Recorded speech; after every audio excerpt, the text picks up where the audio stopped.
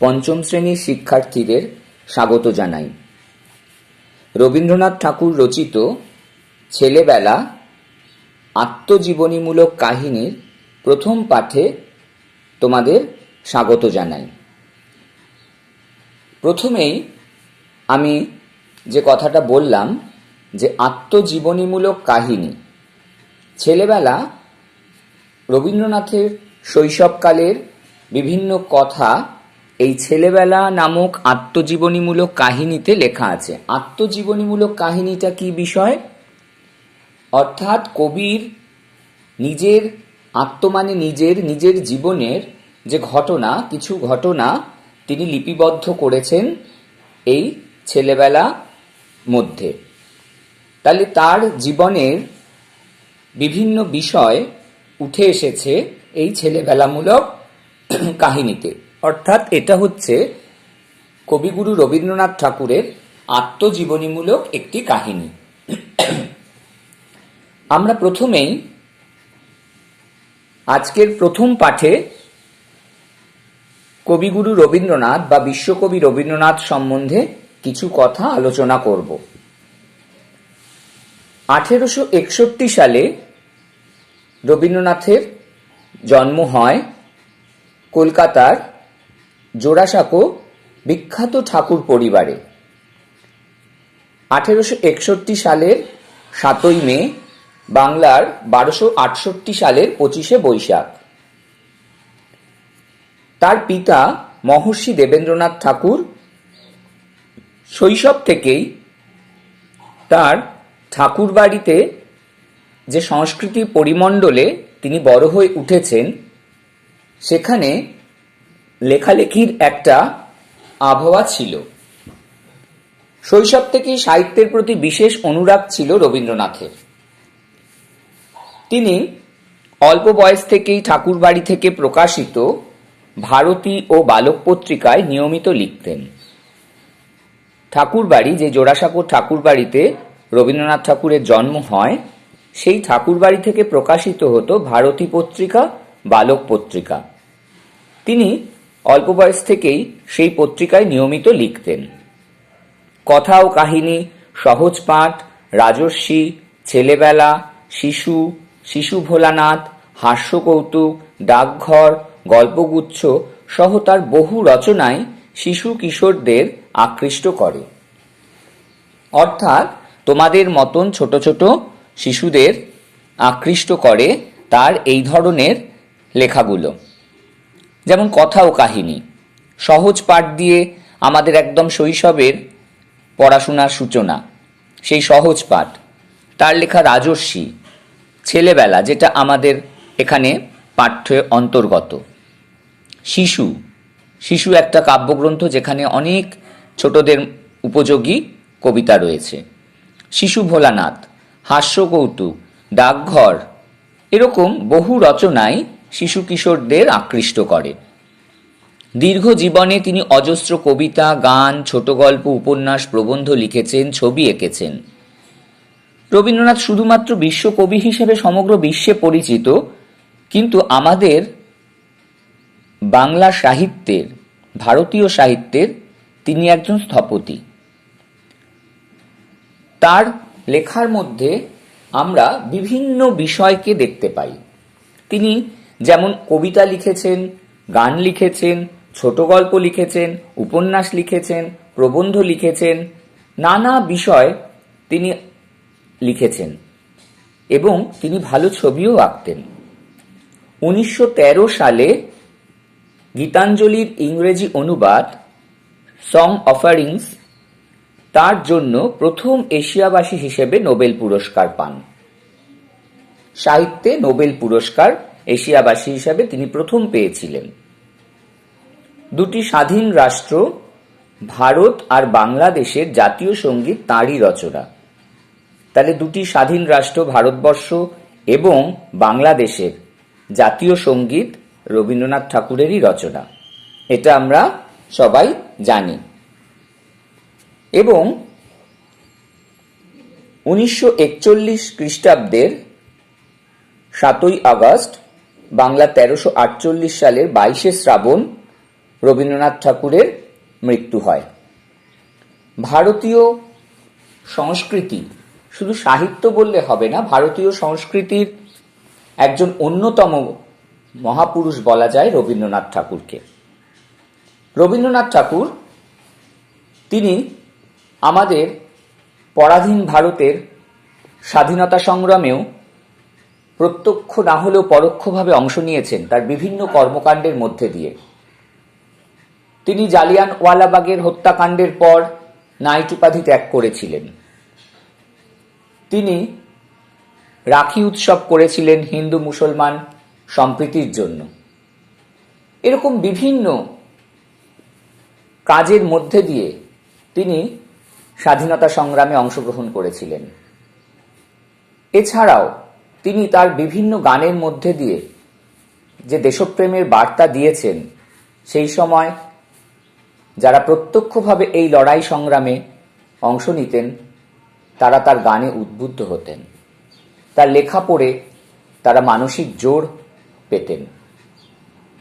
এরকমভাবেই তিনি গানে কবিতায় তার বিভিন্ন কর্মকাণ্ডের মধ্যে দিয়ে স্বাধীনতা সংগ্রামে অংশ নিয়েছিলেন এবং স্বাধীনতা সংগ্রামীদের সমর্থন করেছিলেন।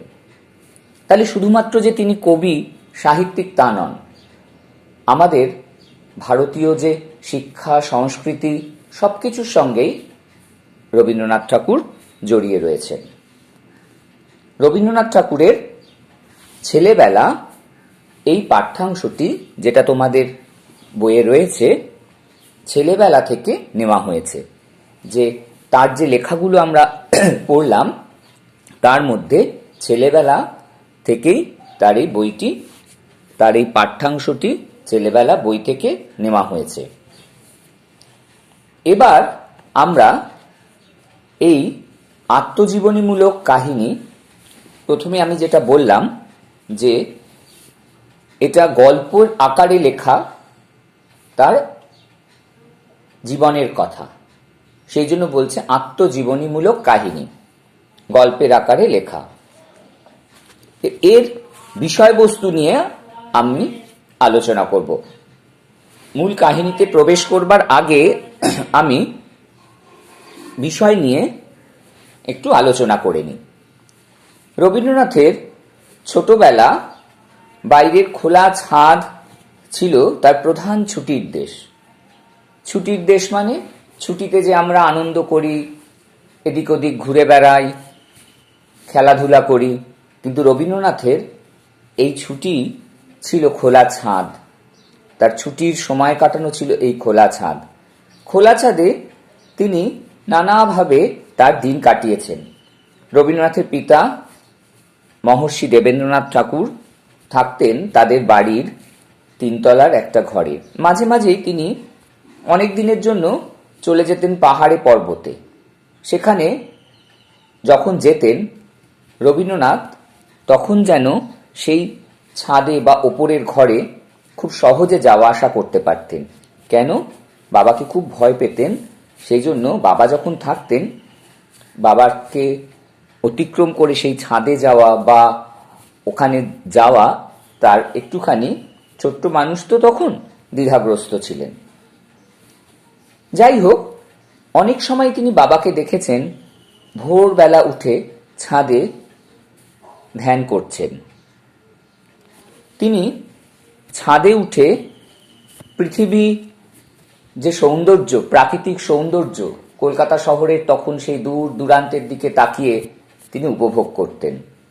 দেখতেন আকাশের শেষ নীল যেন পৃথিবীর শেষ সবুজে মিশে গেছে, অর্থাৎ আকাশের নীল আকাশ আর সেই দিগন্তের যে সবুজ সে মিলে গেছে, কোথায় যেন সব এক হয়ে গেছে। খড়খড়ির ভেতর দিয়ে হাত গলিয়ে ছিটকিনি খুলে ঘরের সামনে সোফাতে বসে তিনি পাহারাদারদের চোখ এড়িয়ে ওপরে উঠে যেতেন। এবং এই যে জমিদার বাড়িতে অনেক ঠাকুর চাকর পাহারাদার তার দেখভাল করত, তারা দেখাশোনার দায়িত্বে থাকত। দুপুরবেলা যখন তারা সেই ঠাকুর চাকর পাহারাদাররা খেয়ে দিয়ে ঘুমাতেন, সেই ফাঁকে তিনি ওপরে উঠে আসতেন। এরকম করে নানা দিন তিনি সেই নানা রকমভাবে কাটিয়েছেন। সেই সব দিনে সেই নির্জন দুপুর এবং তখন হাঁক ডেকে ডেকে ফেরিওয়ালারা ঘুরে বেড়াতো, পাড়ায় পাড়ায় নানা রকমের হাঁক ডাক ছাড়ত। সেগুলো সব তিনি এই ছেলেবেলা নামক আত্মজীবনীমূলক কাহিনীতে লিপিবদ্ধ করেছেন। তার বাড়ির সামনেই একটা পুকুর ছিল, সেই পুকুর ঘাটে লোকজনের আনাগোনা।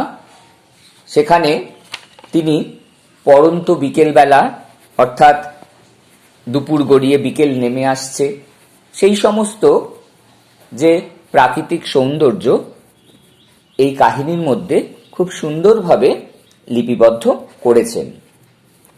নিচে পুকুর ঘাটে লোকজনের আনাগোনা শুরু হতো কখন? বিকেল পড়তেই, অর্থাৎ দুপুর বেলাটা যে যার কাজ সেরে, পুকুরের কাজ সেরে বাড়ি গিয়ে একটু বিশ্রাম করত। আবার সন্ধে হওয়ার আগ থেকে আস্তে আস্তে আবার পুকুর ঘাটে লোকজনের আনাগোনা শুরু হতো। তখন আস্তে আস্তে বিকেল গড়িয়ে সন্ধ্যের দিকে যাচ্ছে। পুকুরের পাড়ে একটা বড় বটগাছ ছিল, যার বর্ণনা এখানে রয়েছে। সেই বটগাছের ছায়া আস্তে আস্তে পুকুরের অর্ধেকটাকে গ্রাস করে নিত। রাস্তা থেকে সহিসের ডাক শোনা যেত। এরকম ভাবে নানা স্মৃতি, তার ছোটবেলার বেশ কিছু, অর্থাৎ তার শৈশবের বেশ কিছু স্মৃতি তিনি এই ছেলেবেলা আত্মজীবনীমূলক কাহিনীতে লিপিবদ্ধ করেছেন। তার মধ্যে রয়েছে সেই দুপুরবেলার বিভিন্ন সময় কাটানোর ঘটনা। তিনি ওপরে উঠে যেতেন, সেই ঘরে একটা কল ছিল, সেটা চালিয়ে স্নান করে নিতেন এবং আরাম করে সেখানে বসে থাকতেন। এইরকম নানা স্মৃতির কথা আমরা যখন মূল গল্পে প্রবেশ করব আমরা দেখতে পারব। তাহলে এই যে ছেলেবেলা আত্মজীবনীমূলক কাহিনী, এই কাহিনীর আমরা একটা বিষয় সংক্ষেপ আলোচনা করলাম। প্রথমে আমরা কবি পরিচিতি, তারপরে বিষয় সংক্ষেপ নিয়ে আলোচনা করলাম। এরপরে আমরা আসব এর নামকরণ। দেখো, নামকরণের মাধ্যমে আমরা সাহিত্যের একটা গুরুত্বপূর্ণ বিষয় উপলব্ধি করি। নামের মধ্য দিয়ে আমি বলেছি যে বিন্দুতে সিন্ধু দর্শনের মতন। বিন্দু মানে ফোঁটা, আর সিন্ধু মানে সাগর, সমুদ্র। সাগরে কত জল আছে, এক ফোঁটা জল দিয়ে একটা সাগর তৈরি হয়। তাহলে এক ফোঁটা জলের মধ্যে দিয়ে আমরা উপলব্ধি করতে পারি যে সাগরটা সম্বন্ধে। ঠিক তাই গল্প, কবিতা, উপন্যাস সবকিছুর একটা নামকরণের মধ্যে দিয়ে আমরা যেন বিষয়ের একটা ধারণা লাভ করতে পারি। এখানে রবীন্দ্রনাথ ঠাকুর রচিত ছেলেবেলা পাঠ্যাংশে আমরা দেখি রবীন্দ্রনাথের শৈশব জীবনের কাহিনী, তার ছোটবেলার বিভিন্ন কাহিনী এখানে উপস্থিত হয়েছে, একদম প্রথম থেকে শেষ পর্যন্ত। কিভাবে তিনি তার শৈশব জীবনের কতগুলো দিন কাটিয়েছেন সেগুলো লিপিবদ্ধ করেছেন। তার এই শৈশব জীবনের শিশু মনের চলে যেত আকাশের শেষ নীলে, পাহারাদারদের চোখ এড়িয়ে তিনি সময় কাটাতেন ওপরের ঘরে, সেইখানে স্নান ঘরে তার স্নান করা, এই সমস্ত কিছু তার শৈশবের বা তার ছেলেবেলার কথা বর্ণনা রয়েছে এই কাহিনীর মধ্যে। তাহলে নামকরণ সাহিত্যের একটা গুরুত্বপূর্ণ বিষয়। তাহলে আমরা দেখতে পাচ্ছি যে এই পাঠ্যাংশের মধ্যে রবীন্দ্রনাথের ছেলেবেলার কিছু বর্ণময় ঘটনা রয়েছে। তার ছোটবেলার সেই ছুটির দিন, তার প্রকৃতি পর্যবেক্ষণ, মানুষকে পর্যবেক্ষণ করা,